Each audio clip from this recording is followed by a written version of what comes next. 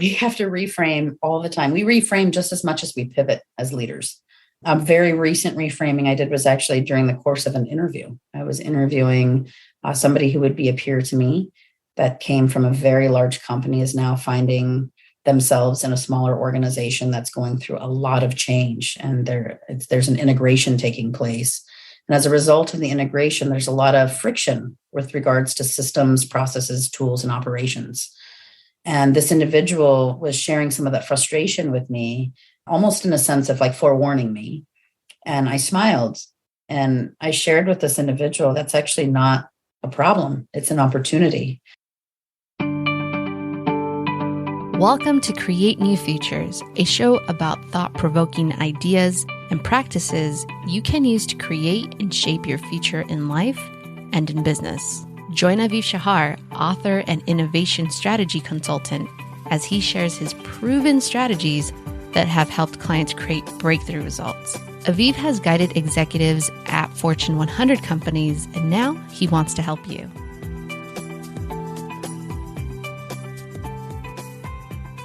Welcome to Create New Futures, where we develop conversations with successful leaders and entrepreneurs to explore how you can create new futures for you and for your organization. This is Aviv, and today I'm speaking with Faiza Hughell. Faiza is a go-to-market leader, board member, and mentor.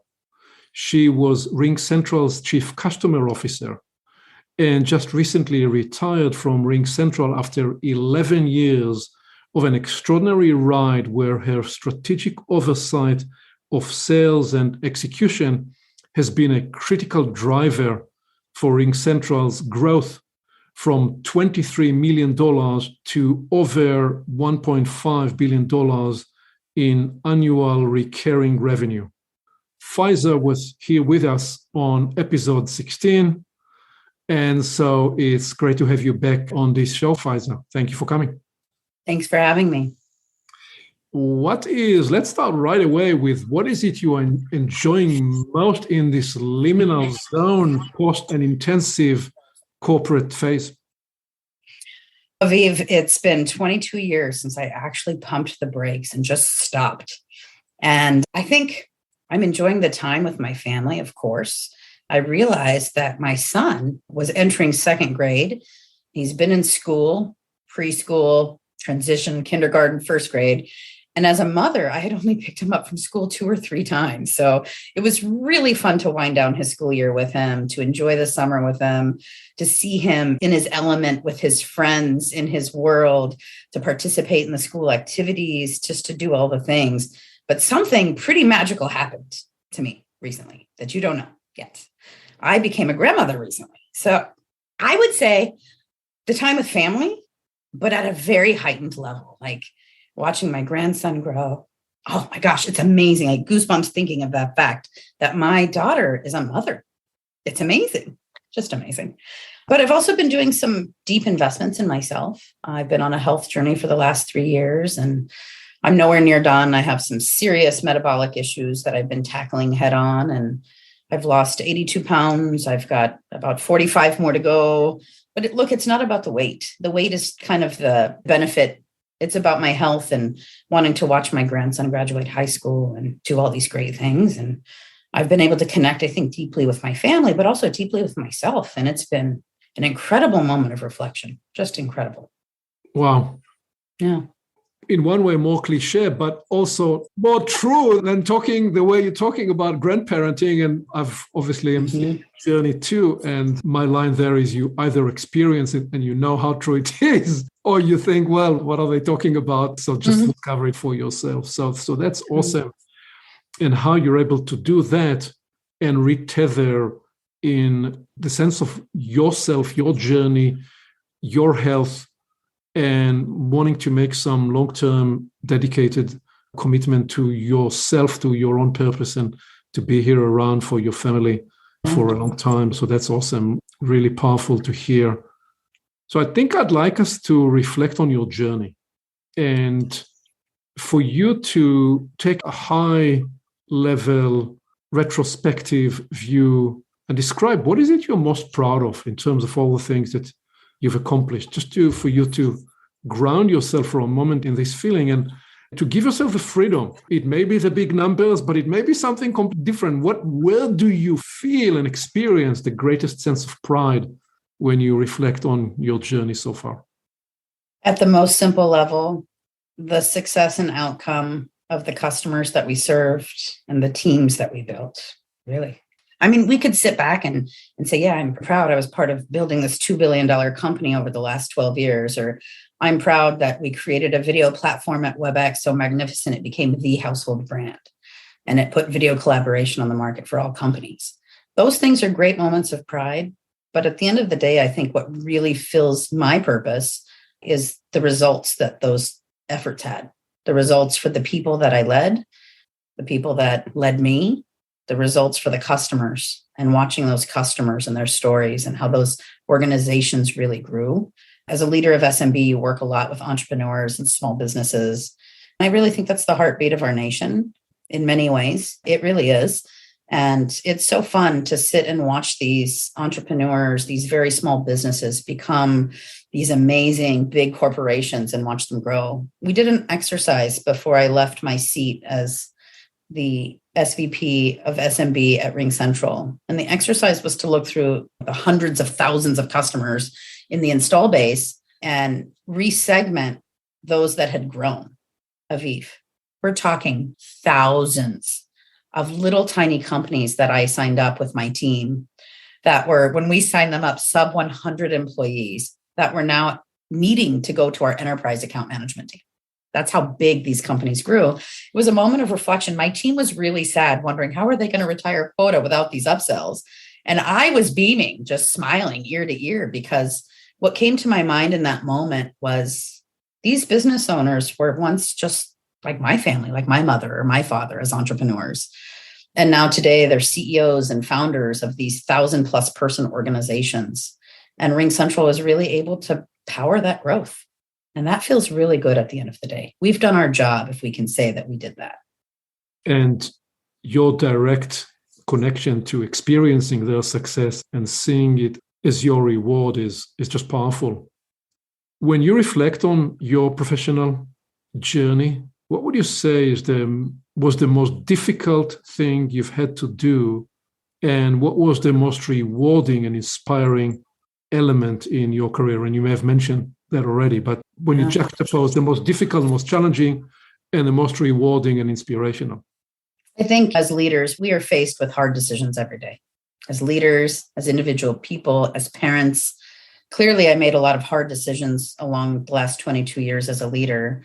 The most difficult decision I made was to leave my company. I had built this amazing family within RingCentral, and gosh, it was hard, but I was ready. What I realized, though, this moment of clarity occurred. I wasn't leaving the people. I was just embarking upon a new adventure. The relationships I created with the customers, with the employees, with my leaders, those relationships will be there forever, no matter where I sit or what I'm doing in my life. So I'm super grateful for those relationships and just to have that experience, and really grateful to have that moment of clarity of realizing like you're not leaving a company, you're not leaving people, you're embarking upon a new journey. And there's a difference. It's a significant difference. And I think people tend to hold on because of the loyalty in the relationships. And I've always thought it was so cliche when people say you need to be loyal to yourself. And now I'm realizing what that actually means. You don't have to break ties. You just evolve and move on. You told me once, gosh, I'm going to date us. You told me once, I think it was in 2015, right? We were talking about growth and how trees grow from the inside out. They don't grow from the outside in. And I think I was thinking upon that conversation, actually, as I was making my decision. And I was thinking about what I was doing for my own internal growth. And I realized I wasn't doing anything for my internal growth. Taking a new role as CCO was a new challenge, and it was super exciting. And I never thought in a million years I'd be as good at it as I was. I did really great. I love my customers, you know that. And it gave me a forum to just be deeply immersed with my customers. And I loved every bit of it. And I thought of Eve at the time when I took the role, this is at least a 2-year journey for me. I never knew that I would accomplish everything on that list in less than a year. I never knew it. And it wasn't me. I didn't accomplish those things. My team did. I was merely just bringing people together. And I realized in that moment, that's my master. That's what I'm masterful at, bringing people and teams together to solve challenging, complex problems. And I get to do that no matter where I go.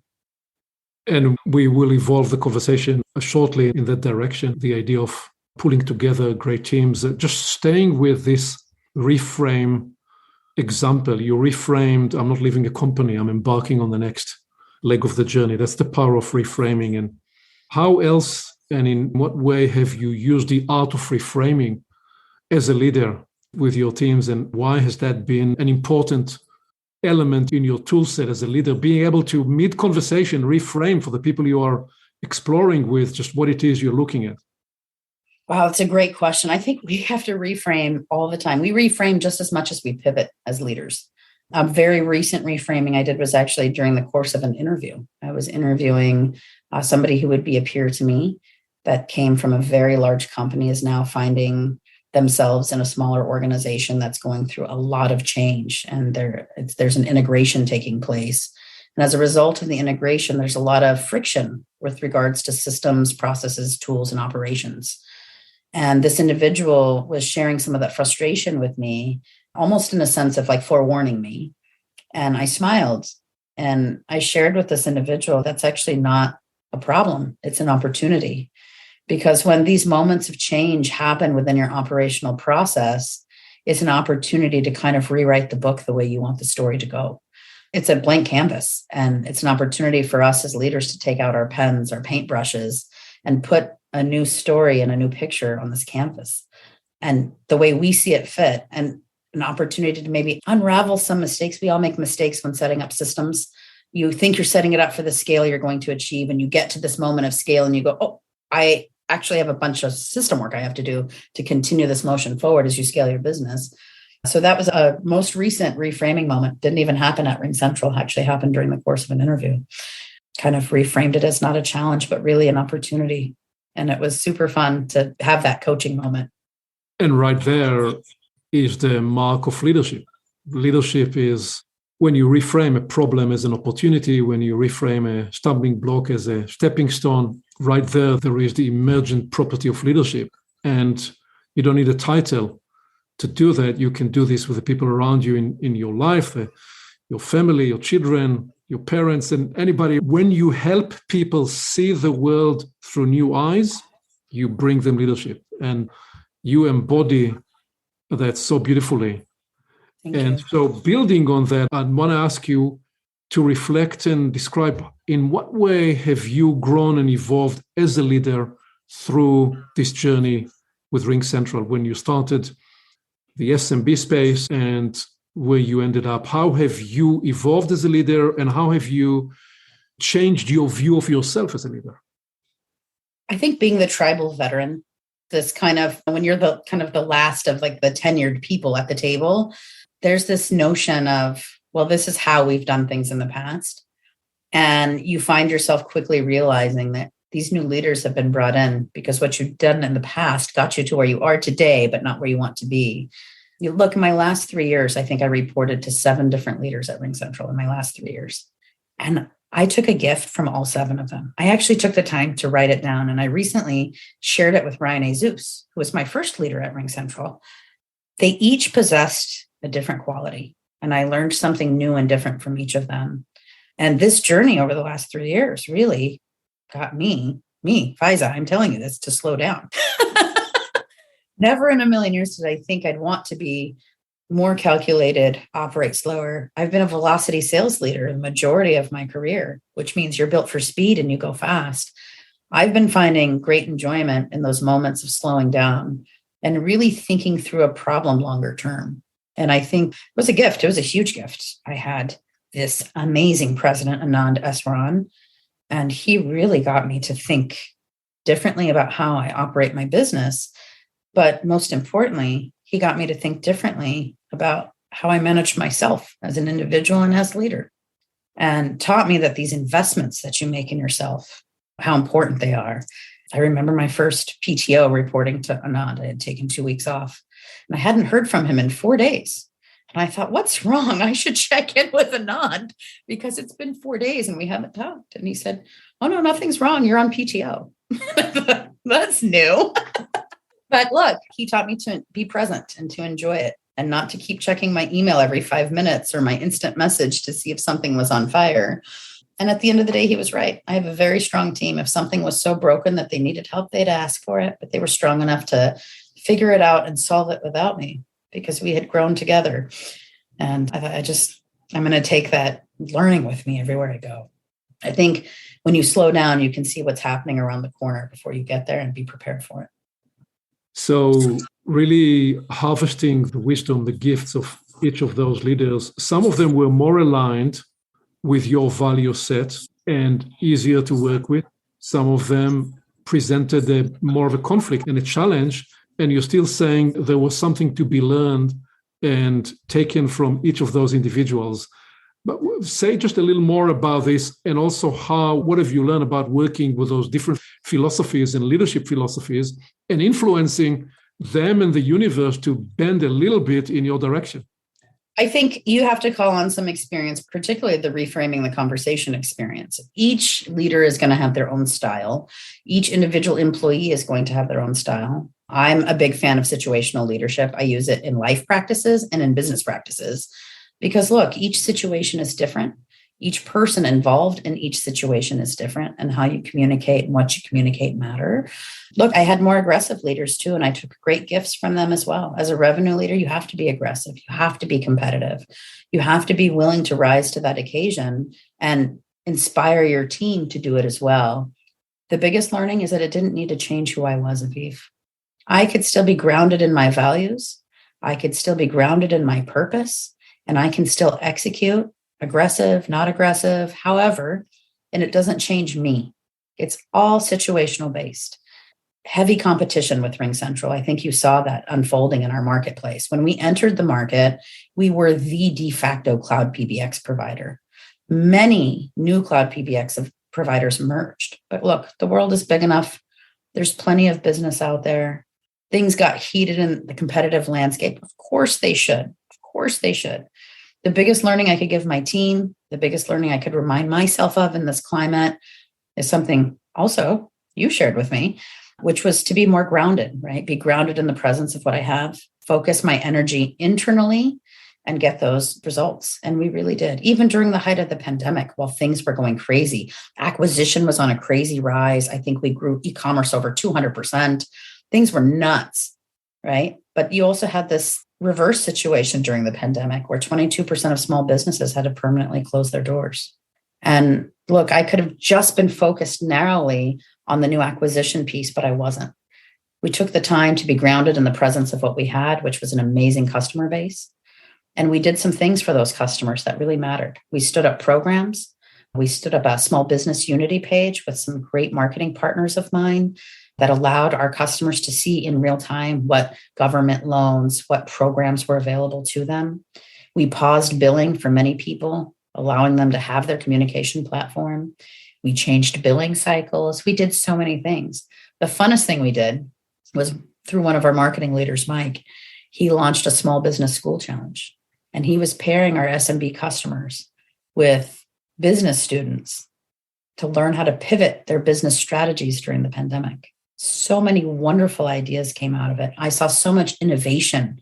We loved it so much. We did it 3 times. It was a phenomenal exercise for our customers.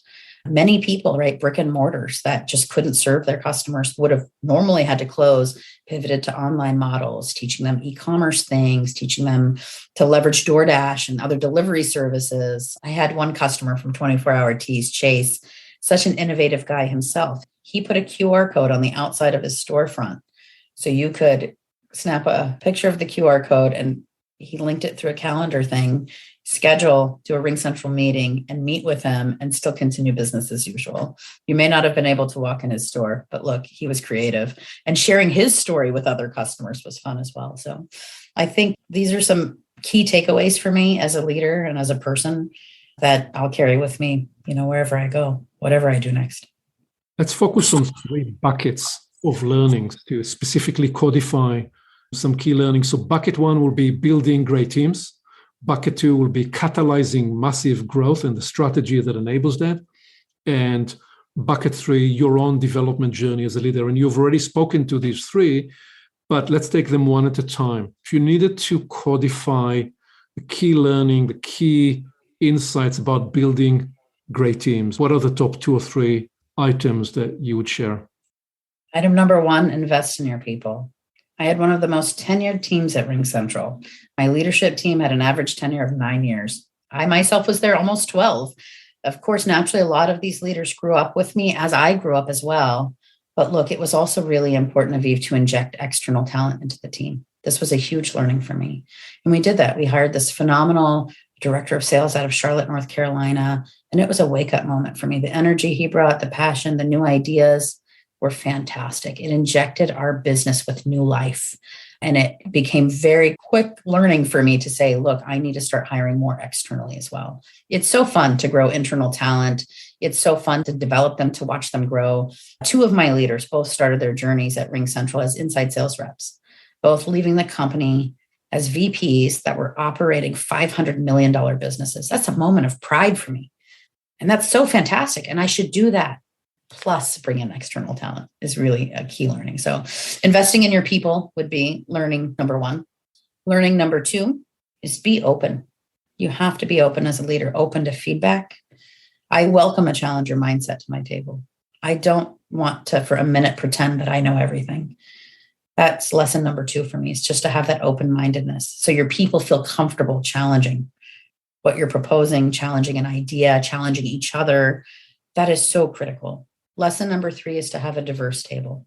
Diversity and inclusion is no longer just gender and race. Gender and race are so important to the DEI conversation, but in business, diversity and inclusion is having the right leaders at the table. I learned quickly as a leader that I really needed to round things out. We stopped doing sales operating plans. We started doing SMB operating plans. And at my SMB table, every department within the company was represented. We had product. We had, of course, my sales leadership team. We had, of course, marketing. We had human resources and talent acquisition, FP&A, legal. And as we built an annual operating plan as one team for SMB, not only did we take lots of cycles and friction down in the AOP process, we were able to move mountains, significant mountains. All hands were on deck. It was a very, very big turning point for me, taking SMB from very intentional low growth as we were funding enterprise during that time to being able to ramp quickly back up to 20+% growth. It wouldn't have happened without having the right diversity at the table. So building on these keys and adding, what else would you codify in terms of catalyzing and enabling massive growth? Not many companies get to enjoy such an extraordinary accelerated growth trajectory. What are some things that people have to understand about operating in a space where you are rapidly growing? I think lesson number 1 on explosive growth is you have to be nimble. You have to be nimble. So many things change. You put all this time, effort, energy, attention into building what you think is the most magnificent plan. And it might be, but the one constant in life is change. It could be a change in the market. It could be a change of the leadership team. It could be a change in spend that you've been given for the year. Regardless of the change, you have to pivot. You have to pivot. My favorite pivot, I've cited it before, I'll cite it again, is the Netflix pivot, right? Going from those red envelopes to this app that's so easy to use that my son at the age of 4 could operate it.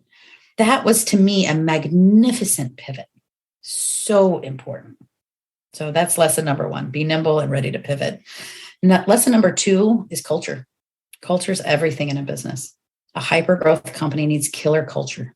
You told me once when I took my SVP role, I don't know if you remember this, to create a culture so magnificent it becomes contagious.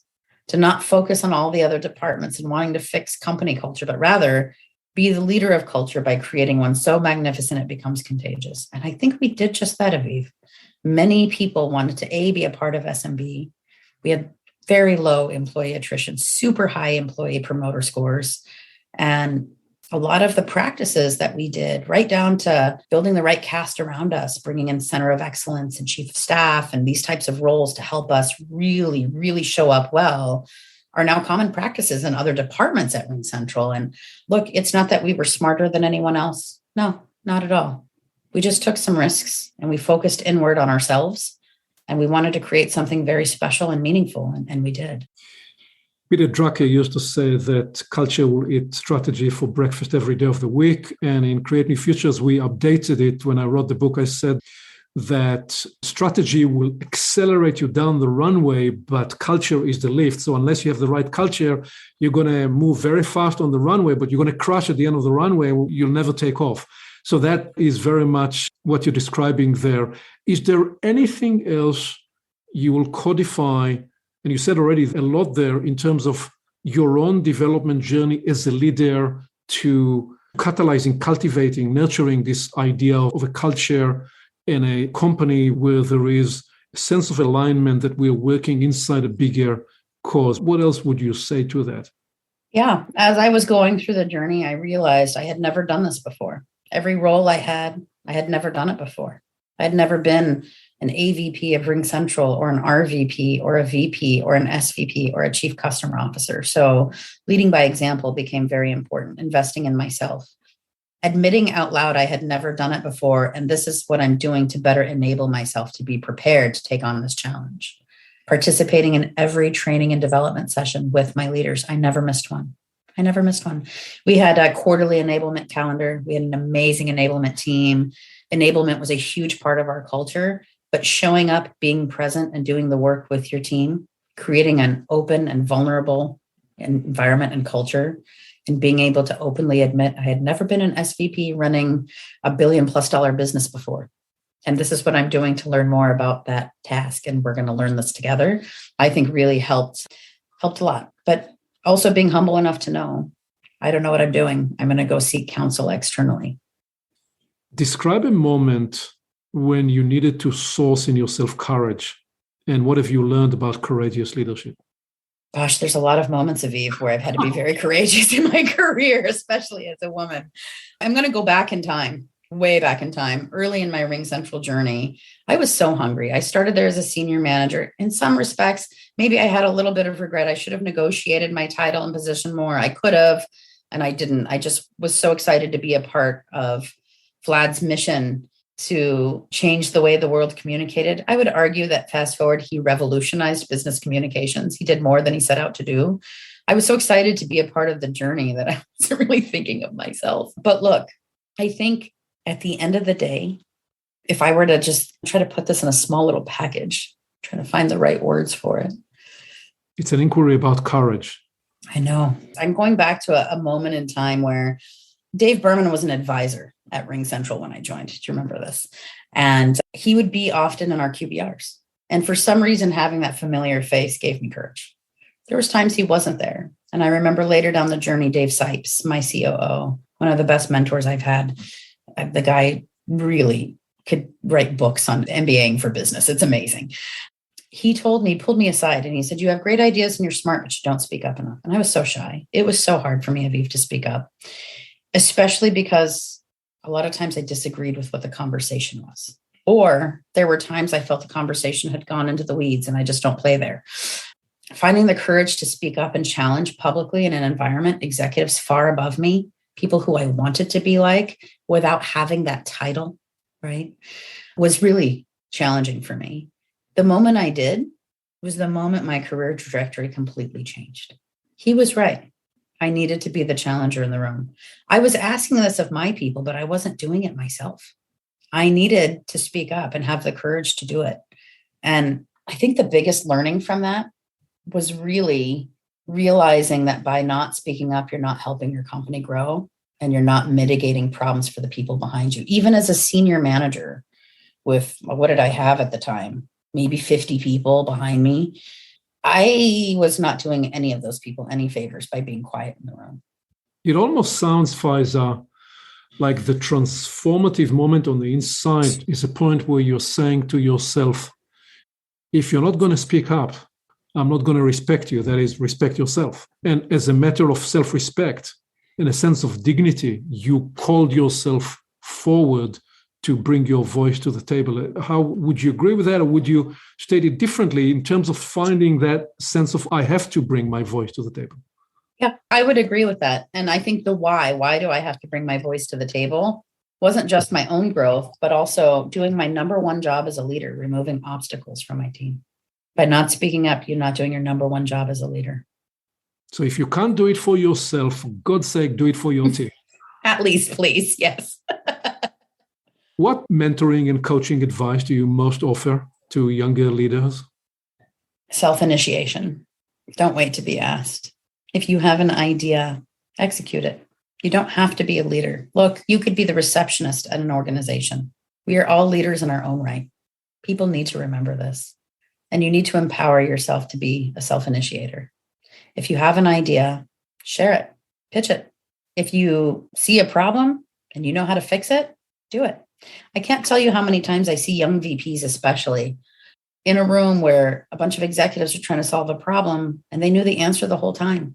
They were just too shy to speak up and say something, reminiscent of someone you might know in my earlier career. And what I find is more often than not, these younger leaders actually know what to do, just not speaking up. So I think self-empowerment, self-initiation are the biggest things I end up finding myself coaching on when I'm in mentoring sessions with other people. That's powerful and beautiful.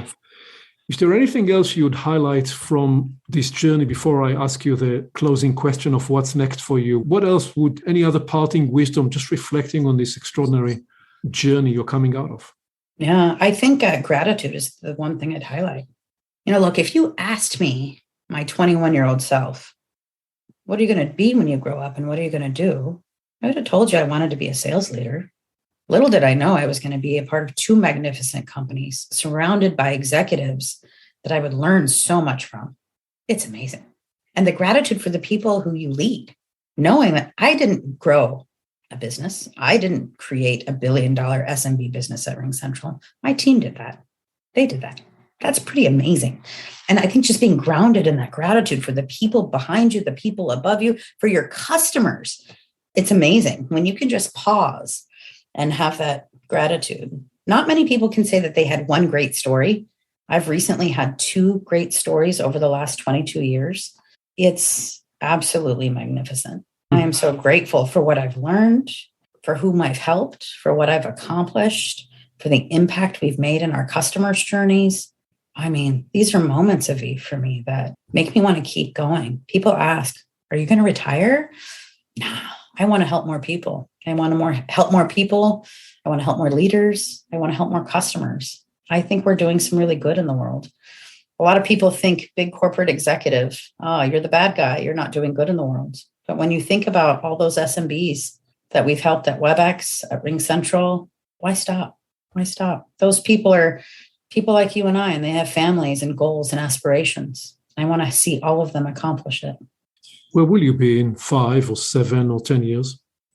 Well, I have some big aspirations, Aviv. I've learned a lot about myself during this last few months as I've been interviewing. I used to think I wanted to be a CEO. I don't want to be a CEO. Who knew? Who knew? And I wouldn't have known had I not been on this journey interviewing for different roles. What I found is that there are key aspects to business I love. I love go-to-market. I love sales, marketing, post-sales. I love customers. I like being deeply immersed with customers and people. I love leading people, and I love creating an environment where people thrive. And I was talking to a mentor recently, and he says, it sounds like you're not a CEO. It sounds like you're a president. That you should just lead go-to-market and people. And I thought, wow, you're 100% correct. I don't get as excited or passionate about finance, legal, engineering. I'm not super technical by nature. I'm a lover of people, process, and operations. And I should just be confident in that and know that that's actually more than enough for me. So that's been a big learning. Had to look in the mirror. Just on this one, listening to the way you narrate this story, and we're going to have the opportunity to watch the journey ahead. When you follow this authentic voice inside, it might squeeze you nevertheless to the CEO seat just because you are so inspirational for others. So let's wait and see what happens next. Thank you. Thank you. Wait and see. Yeah. This has been an awesome conversation. Any final parting thought from you to share with people listening to Creating New Futures? I'd say parting thoughts, continue to invest in yourself. You've got one shot at life. Live it to the fullest. Be present. Drown yourself in it. It's okay. I used to think, if I stop and I do this, I won't accomplish that or let someone else down. No, it's the opposite. By pausing and investing in yourself, you're so much better for everybody around you, your family, your teams, your company, your customers. You really have to take your energy and focus it inward. Thank you. Thank you. Thank you for listening. Aviv always encourages his clients to identify the 1 or 2 ideas they can move forward into action immediately. What will you capture and apply today? You can always begin with a small action and then build momentum over time. When you move forward from an idea to action, you get immediate ROI, return on the time you invested, and return of learning. And then the learning cycle builds the success propulsion. One more thing. You can reach Aviv directly by phone and email to discover how he can help you create a new future for your business and organization. Creating your new future can begin today.